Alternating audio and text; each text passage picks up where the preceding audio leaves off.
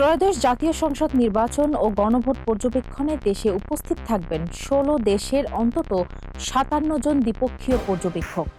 পাশাপাশি ইউরোপীয় union, Commonwealth এবং বিভিন্ন আন্তর্জাতিক মানবাধিকার ও গণতান্ত্রিক শাসন বিষয়ক সংস্থার অধীনে প্রায় ৪০০ জন আন্তর্জাতিক পর্যবেক্ষক পর্যবেক্ষণ করবেন নির্বাচনী কার্যক্রম।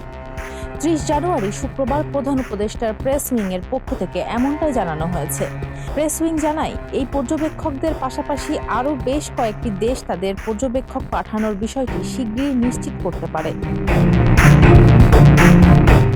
দ্বিপক্ষীয় পর্যবেক্ষক দলের সবচেয়ে বড় প্রতিনিধিত্ব করছে মালয়েশিয়া। দেশটি থেকে ১৪ সদস্যের একটি দল আসছে, যার নেতৃত্ব দেবেন মালয়েশিয়ার নির্বাচন কমিশনের চেয়ারম্যান দাতো শ্রী রামলান বিন দাতো হারুন। এরপর রয়েছে তুরস্ক, যেখানে সাবেক তুর্কি রাষ্ট্রদূত মেহমেত ভাকুর এরকুলের নেতৃত্বে ১২ জন সংসদ সদস্য পর্যবেক্ষক হিসেবে অংশ নেবেন। এছাড়া ইন্দোনেশিয়া থেকে ৫ জন, জাপান থেকে ৪ জন, পাকিস্তান ৩ জন এবং Bhutan, Maldives, Philippines, Jordan, Georgia, Russia, Kyrgyzstan ও দক্ষিণ আফ্রিকা থেকে ২ জন করে পর্যবেক্ষক আসবেন।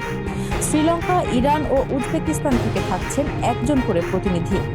উল্লেখযোগ্য পর্যবেক্ষকদের মধ্যে রয়েছেন পাকিস্তানের প্রধান নির্বাচন কমিশনার মোহাম্মদ জালাল সিকান্দার সুলতান এবং ভুটানের প্রধান নির্বাচন কমিশনার ডেকি পেমা।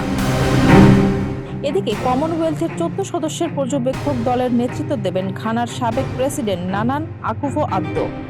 আর ইইউ নির্বাচন পর্যবেক্ষক মিশনের প্রধান হিসেবে দায়িত্ব পালন করবেন লাটভিয়ার ইউরোপীয় পার্লামেন্ট সদস্য ইভার্স ইজাবস।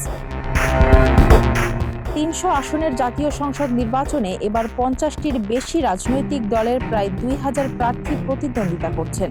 একই সঙ্গে জুলাই সংস্কার সনদ নিয়ে অনুষ্ঠিত হতে যাওয়া গণভোটকে ঘিরে আন্তর্জাতিক পর্যবেক্ষকদের উপস্থিতি এবারের নির্বাচনী প্রক্রিয়াকে বাড়তি গুরুত্ব ও নজরে নিয়ে এসেছে। ফারজানা হাসিন, মানবকণ্ঠ।